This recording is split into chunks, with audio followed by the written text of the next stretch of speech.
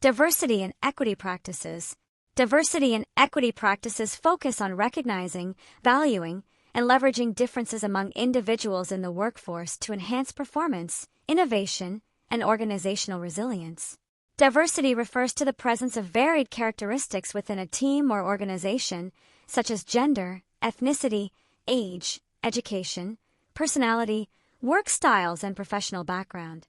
Equity, on the other hand, is concerned with ensuring that systems and opportunities are fair and inclusive so that all employees can contribute and develop without facing barriers.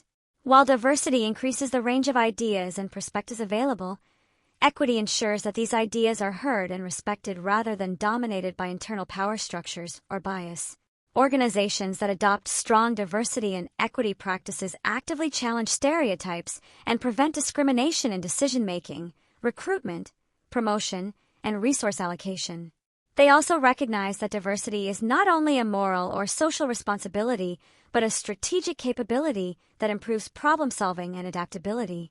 When diversity and equity are embedded in organizational culture, individuals feel valued and motivated to contribute fully.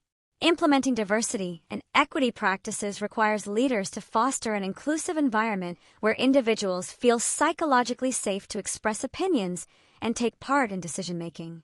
Inclusive leadership involves actively listening, encouraging participation, and ensuring that no voices are marginalized. This may involve adapting communication methods, reconsidering dominant work norms, and addressing unconscious biases that influence group interactions. Training programs that raise awareness of bias and cultural differences support more equitable behavior. Furthermore, equitable practices ensure that performance evaluations, developmental opportunities, and rewards are based on merit and contribution rather than informal networks or subjective perceptions. Diverse teams can be more innovative, but they may also encounter challenges such as conflict or miscommunication if differences are not managed constructively.